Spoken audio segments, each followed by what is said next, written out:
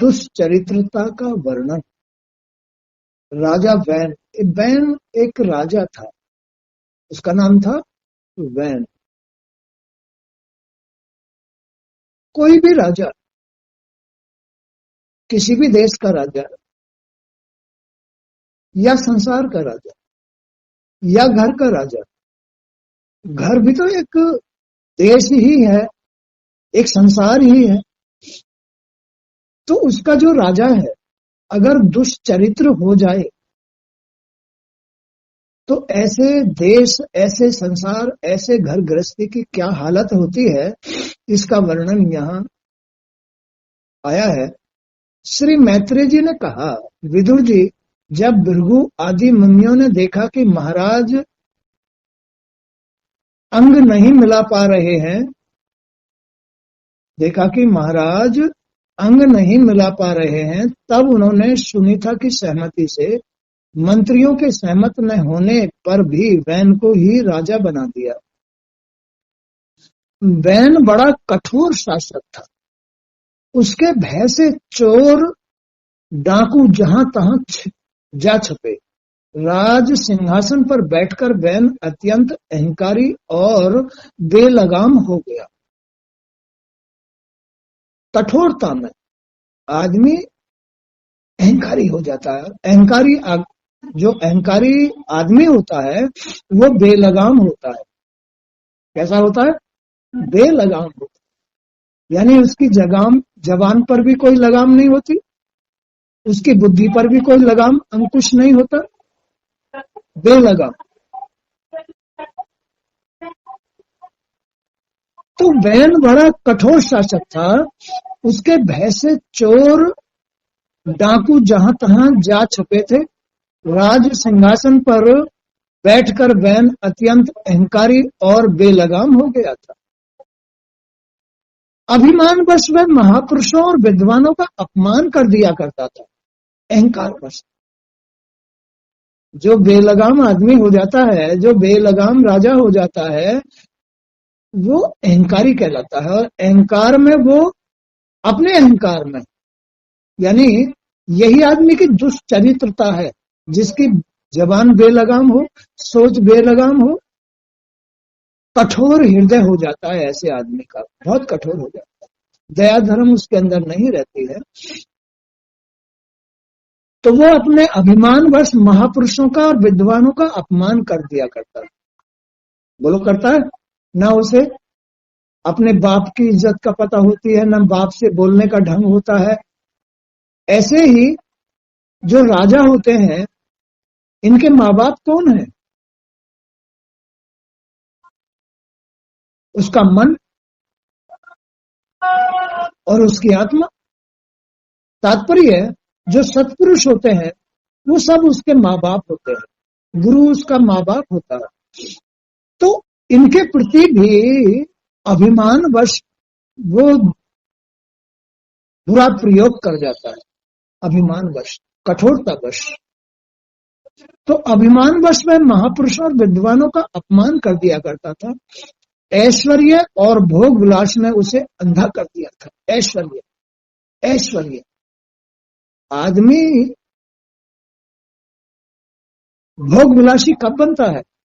जब दुष्चरित्रता से, झूठ से, छल से, कपट से, बेईमानी से धन इकट्ठा कर लेता है, तो वही आदमी भोग विलासी बन जाता है और ऐश लेता है। ऐश, उसके बल पर ऐश लेता है। लेकिन वो ये सोचता है कि मैं बड़ा आराम से, आनंद से अपनी जिंदगी व्यतीत कर रहा हूं,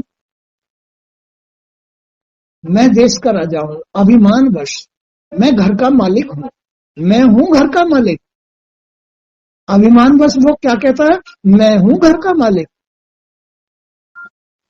तो ऐश्वर्य और भोग विलास ने उसे अंधा कर दिया था।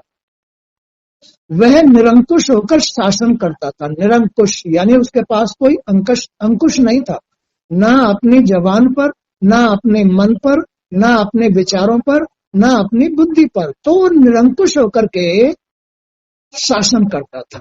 बड़ा बुरा शासक था, अभिमानी था, अहंकारी था।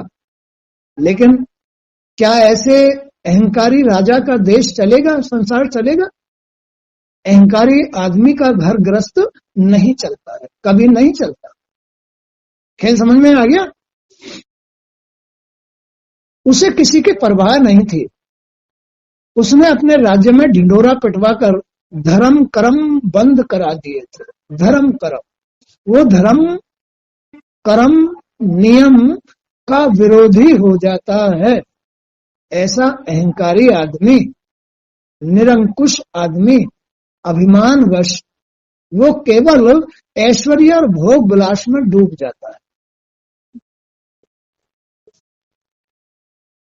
जैसे घर का मालिक अहंकारी हो जाए तो उसका घर डूबने लगता है, ऐसे ही राजा अगर अभिमानी हो जाए, अहंकारी हो जाए, तो वो ऐश्वर्य और भोग विलासों में अपने देश को डुबा देता है।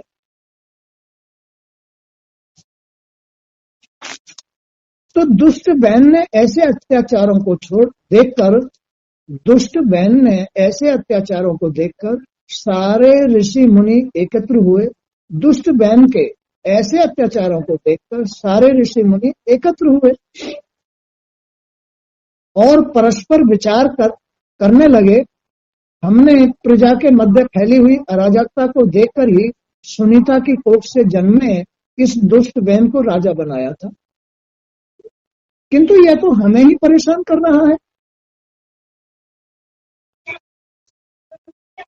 अब देख लो, घर के मालिक को सहयोग कौन देते हैं? सतपुरुष, सतपुरुष, देवता लोग,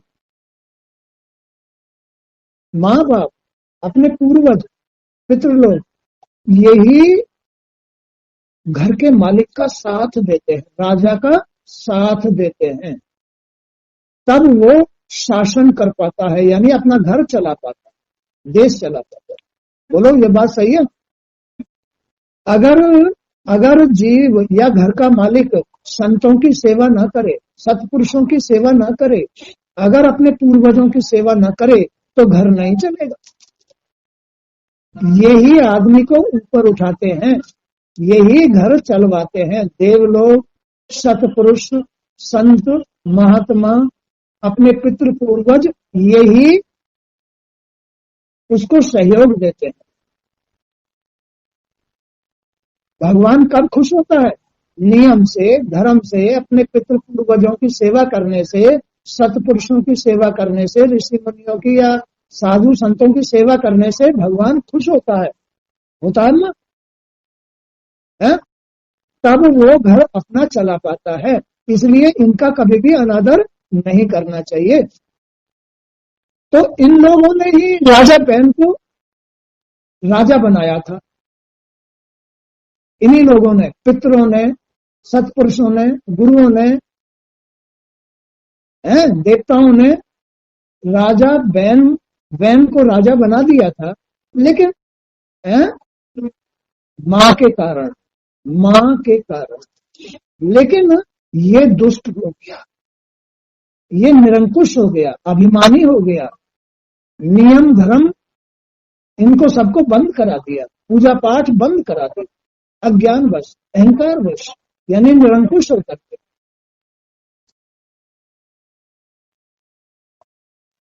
किंतु यह तो हमें ही परेशान कर रहा है। यह तो सांप को दूध पिलाने जैसी स्थिति हो गई। सांप को दूध पिलाने, जैसे सांप को आदमी दूध पिलाया जाए और एक दिन वही डंक मार देता है। हाँ, तो ये तो सांप को दूध पिलाने जैसी बात हो गई। प्रजा में भय फैल गया, प्रजा में उसके अहंकार बस। ऐसे ही जब कोई भी घर गृहस्थी में जो घर का मालिक है वो अहंकारी हो जाए, अभिमानवश, तो उसकी जो प्रजा है वो भयभीत हो जाती है। यानी उसकी जो घर गृहस्थी है वो भयभीत हो जाती है। इसलिए घर गृहस्थी में प्रेम भाव ही काम देता है। भय से मुक्त रहने के लिए, चाहे घर गृहस्थी हो, चाहे देश हो, चाहे संसार हो, कब सुखी रहता है देश या घर, कब सुखी रहता है? जब राजा शुद्ध बुद्धि वाला हो, शुद्ध विचार वाला हो, शुद्ध मन वाला हो, ऋषि मुनियों की या अपने पितृ पूर्वजों की या अपने भगवान की सेवा भाव करता हो, वही देश चला सकता है, वही घर चला सकता है, वही संसार का शासक अच्छा होता है।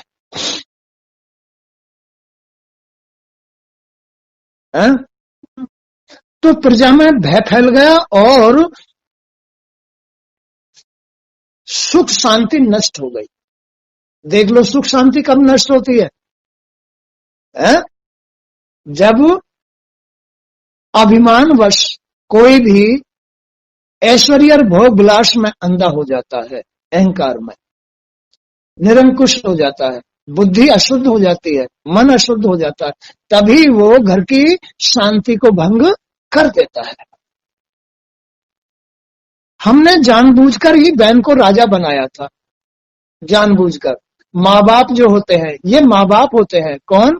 देवता, देवता, संत लोग, महापुरुष, गुरु लोग, पितृ पूर्वज, ये सांसारिक माँ बाप होते हैं। यही आदमी को घर का मालिक बनाते हैं, उसकी गृहस्थी चलाते हैं, गृहस्थी बसाते हैं उसकी। अगर इनमें घर में अभाव होगा तो बस गृहस्थी नहीं चलेगी। हमने जानबूझकर ही बहन को राजा बनाया था। यदि समझाने पर भी यह नहीं समझता है तो हम अपने तेज से इसे भस्म कर देंगे। क्या? हम अपने तेज से इसे भस्म कर देंगे। कौन? पितृलोग, साधु संत, माँ बाप, देवता कह रहे हैं कि हम अपने तेज से इसे नष्ट कर देंगे। बोलो, यही होता है नहीं? विदुर जी ऐसा विचार करके ऋषि मुनि लोग राजा बहन के पास गए और उसे समझाने लगे। क्या समझाने लगे? कि राजा साहब, तुम हमारे द्वारा बनाए हुए, नियुक्त किए हुए राजा हो। हमने तुम्हें जन्म भी दिया है, तुम्हारी गृहस्थी भी बसाई है, और हमने तुम्हें घर का मालिक बनाया है, देश का मालिक बनाया है, हमें तुमने संसार का मालिक बनाया है। तो तुम नियम धर्म अपनाओ, तुम दया धर्म अपनाओ, तुम ऋषि मुनियों का, बड़ों का, अपने पितरों का, देवताओं का अनादर मत करो, तुम इतने निरंकुश मत रहो, तुम इतने भोग विलासों में मत डूबो। क्या? ये उन्होंने वैन को समझाया, राजा को समझाया कि अब भी समझ जाओ, हम तुम्हें समझा रहे हैं, नहीं तो हम तुम्हें अपने तेज से नष्ट कर देंगे।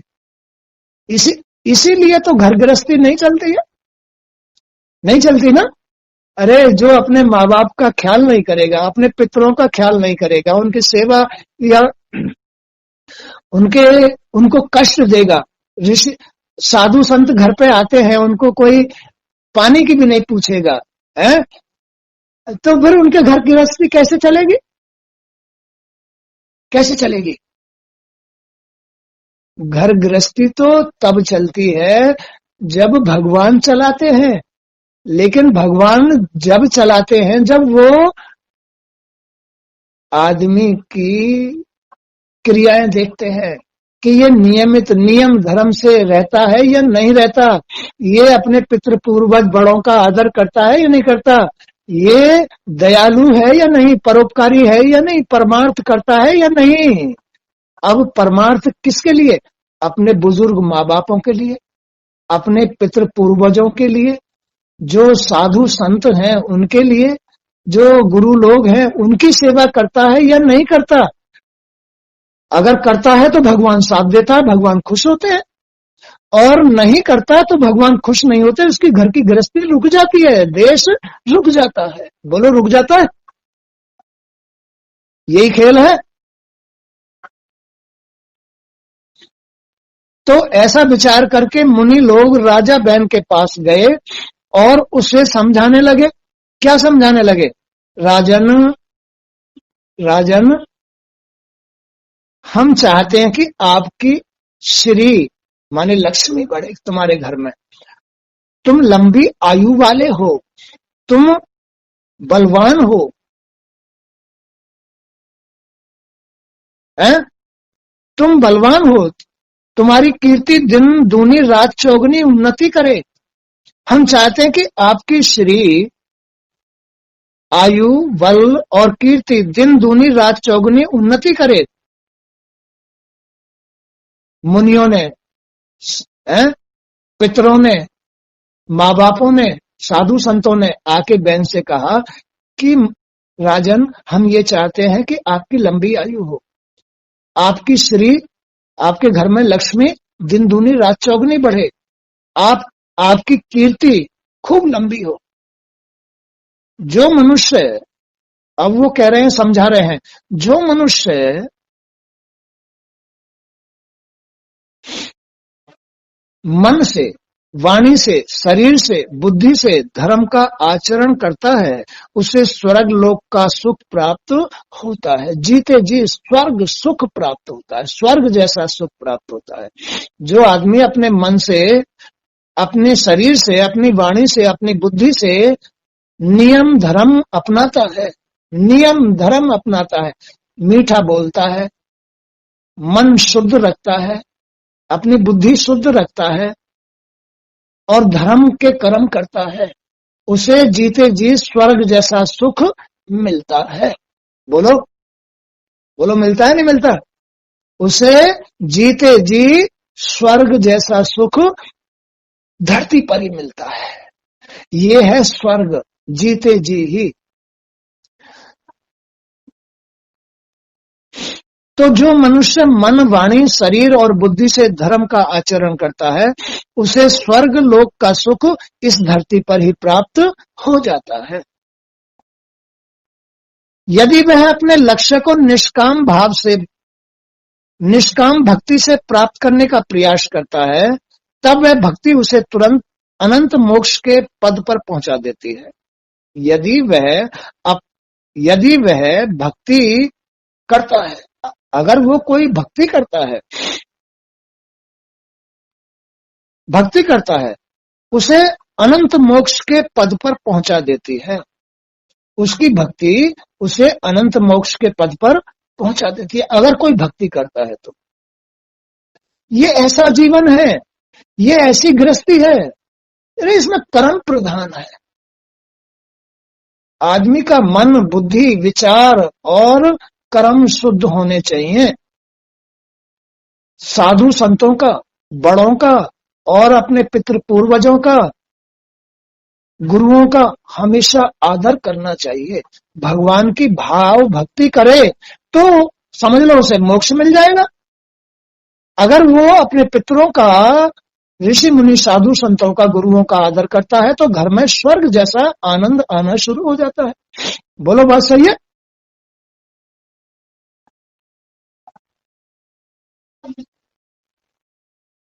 यदि वह अपने लक्ष्य को निष्काम भक्ति से प्राप्त करने का प्रयास करता है, तब वह भक्ति उसे अनंत मोक्ष के पद पर पहुंचा देती है।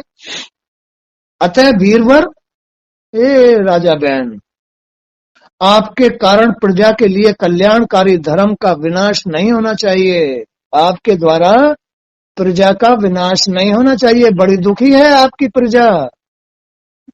मैंने बता दिया कि तुम खूब बलवान बनो, कीर्तिवान बनो, यशवान बनो, खूब ऐश्वर्य आनंद लो। हम तो ये चाहते हैं, हम तुम्हारा विनाश नहीं चाहते। अगर तुम नहीं मानोगे, अगर तुम इस तरह से प्रजा को कष्ट दोगे, कंस की तरह प्रजा को कष्ट दोगे, तो हम अपने तेज से तुम्हें नष्ट कर देंगे। हम अपने तेज से, हम अपने सत्य से, इनके अंदर तेज क्या होता है? सत्य से नष्ट कर देंगे। हम तुम्हें बददुआ दे देंगे, अभिशाप दे देंगे।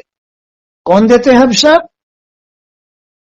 पितृलोग, बड़े लोग, माँ बाप, साधु संत, देवता लोग अभिशाप दे देते हैं। जब कोई भी आदमी मन से, बुद्धि से, विचारों से, कर्म से अधर्मी हो जाता है तो ये उसको अभिशाप दे देते हैं।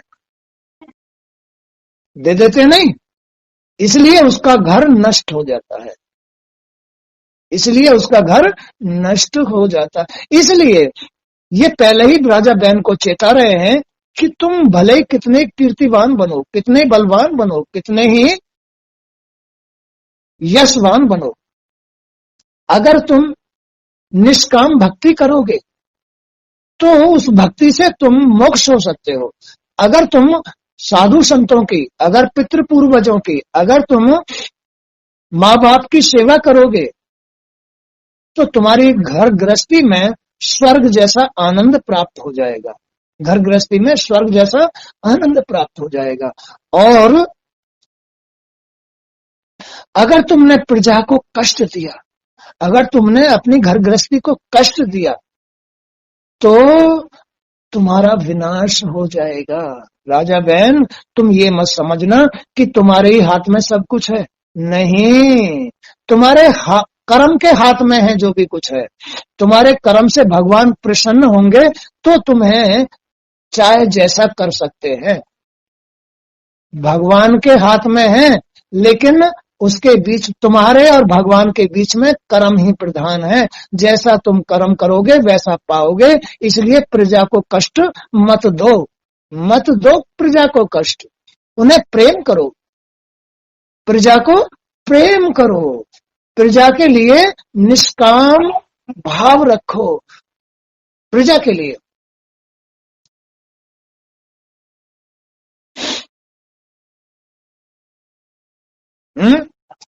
आपके कारण प्रजा के लिए कल्याणकारी धर्म का विनाश नहीं होना चाहिए।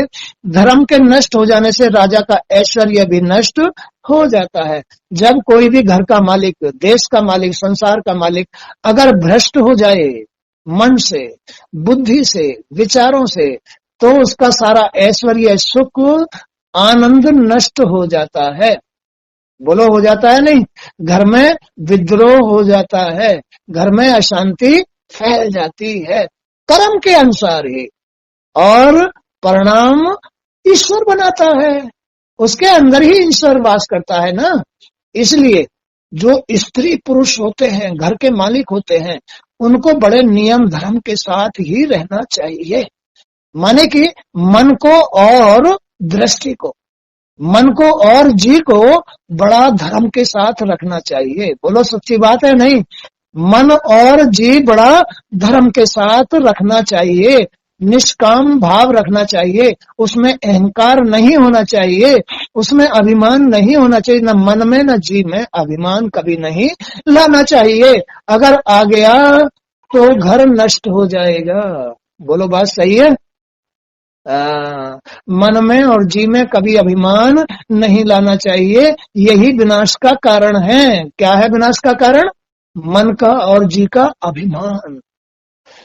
मन प्रकृति है और जी प्रकृति का मालिक है। अरे मालिक में और इस प्रकृति में अगर अभिमान आ गया तो वो कष्टदायी होती है, काल स्वरूप बन जाती है, नष्ट होने के द्वार पर पहुंच जाती है। कहां पहुंच जाती है? नष्ट होने के द्वार पर। उसका समझ लो कि समय बुरा है, समझ लो कि उसकी मृत्यु नजदीक है। जो अपने मन से और जी से बुरा हो जाता है उसकी मृत्यु नजदीक होती है। इसलिए मन को यानी प्रकृति को सदा धर्म के साथ रखना चाहिए। इसलिए जी को यानी अपने विचारों को उत्तम रखना चाहिए, ऊंचा रखना चाहिए, तो घर गृहस्थी चलती है। तो साधु संतों का, पितरों का, ऋषि मुनियों का, देवताओं का उसको साथ मिलता है। इसको चाहे राजा हो, चाहे गृहस्थी का मालिक हो, चाहे अपने शरीर के अंदर मन और जीव हो, चाहे भगवान हो, चाहे ये संसार मानव हो, कोई भी सही, चाहे कोई भी जीव है, अगर जी भी आत्मा न रह करके काल बन जाएगा तो नष्ट हो जाएगा, खुद ही नष्ट कर देता है अपनी घर गृहस्थी को। जी आत्मा काल बन जाए, अधर्मी हो जाए तो अधर्म घर गृहस्थी को नष्ट कर देता है। धर्म के नष्ट हो जाने से राजा का ऐश्वर्य भी नष्ट हो जाता है। क्या हो जाता है? धर्म के नष्ट होने से मन में और जी में अगर धर्म नहीं रहा तो घर गृहस्थी नष्ट हो जाएगी। ऐसे ही राजा का ऐश्वर्य और श्री नष्ट हो जाती है। जो राजा न्याय पूर्वक प्रजा की सब तरह से रक्षा करता है, जो राजा जो माँ बाप अपने घर गृहस्थी की न्याय पूर्वक व्यवस्था करता है, वो श्री को पाता है, वो धर्म को पाता है, वो भगवान का साथ पा लेता है, वही स्वर्ग का आनंद यहाँ पाता है। तो जो राजा न्याय पूर्वक प्रजा की सब तरह से रक्षा करता है, न्याय करता है, वह इस लोक और परलोक दोनों में सुख पाता है। वही पाता है सुख, इस लोक में भी और परलोकों में भी वही सुख पाता है जो न्याय पूर्वक व्यवस्था करता है। इसलिए घर के मालिक को, देश के मालिक को, संसार के मालिक को कभी अहंकार अधर्म धारण नहीं करना चाहिए, कभी भी अहंकारी नहीं बनना चाहिए, अभिमान में नहीं रहना चाहिए। अरे तेरे हाथ में कुछ नहीं है, सारी लीला तो ईश्वर की है। बोलो, है सारी लीला ईश्वर की? भैया ये तो नाम मात्र के लिए है। राजा भी नाम मात्र के लिए बैठे हैं, सब करता धरता तो ईश्वर है।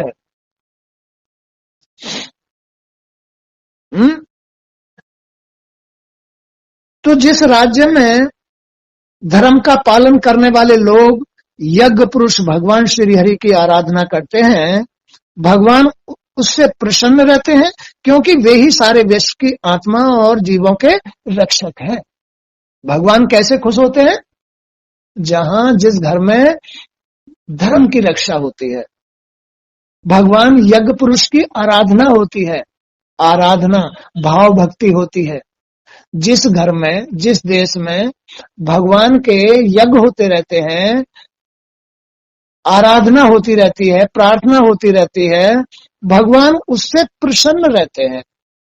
उस घर से, उस देश से, उस संसार से खुश रहते हैं, क्योंकि वे ही सारे विश्व की आत्मा और जीवों के रक्षक हैं। कौन? परमात्मा। परमात्मा ही सबके मालिक हैं, देश के भी, घर के भी और सबके जीवन के, सबके मालिक वही हैं।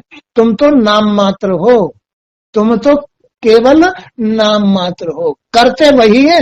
तुम्हारा नाम होता है कि ये बहुत बुरा है, तुम्हारा नाम होता है कि ये बहुत अच्छा है, करते वही है, लेकिन तुम्हारे अभिमान और निष्काम भक्ति पर निर्णय करता है, तुम्हारे कर्म पर निर्भर करता है कि तुम कैसा जीवन व्यतीत कर रहे हो, धर्म के साथ या अधर्म के साथ। धर्म के साथ भगवान साथ देते हैं, खुश होते हैं, अधर्म के साथ काल बन जाते हैं, क्योंकि वही जी है। ये जी काल हो जाता है, अभिमान में काल हो जाता है, जो अपने संसार को नष्ट कर लेता है। बोलो, बात सही है, है? इसलिए अभिमान त्याग कर भगवान की शरण में, चाहे एक मिनट को ही, चाहे एक पल को ही तुम लेट कर हाथ जोड़कर साष्टांग प्रणाम करो, लेकिन उनको बड़ा मान करके ही रहो। अहंकार अभिमानी मत बनो, अहंकार अभिमानी मत बनो। एक मिनट के लिए उनको साष्टांग प्रणाम अवश्य करना चाहिए। भक्ति में ही सुख है, स्वर्ग है, इस लोक का भी सुख है, परलोक का भी सुख है, और सभी खुश भी रहेंगे, तुम्हें अहंकार नहीं आएगा। बोलो, बात सही है? ये है सच्चा आनंद के साथ जीवन, सच्चा आनंद के साथ जीवन। अपने इस जन्म को व्यर्थ नहीं गमाना चाहिए, भगवान की शरण लेकर के ही जीना चाहिए। उनकी ही ये सारी लीला है सबके साथ। कोई ज्ञानी हो गया, कोई अज्ञानी हो गया, कोई अपने जीवन को नष्ट कर रहा है, कोई जीवन का उत्थान कर रहा है, कोई भगवान को मानता है, कोई नहीं मानता है। ये अपने अपने जी के ऊपर निर्भर करता है, वैसा ही पाता है, वैसा ही पाता है, प्राप्ति उसकी वैसी ही होती है। इसलिए सूझबूझ से भगवान की शरण में रहकर, धर्म के साथ भगवान की शरण में रह करके अपना जीवन सफल कर लेना चाहिए। आज का सत्संग भी यहीं तक। जय श्री कृष्ण। श्री कृष्ण गोविंद हरे मुरारी, हे नाथ नारायण वासुदेव। प्रणाम स्वीकार प्रभु।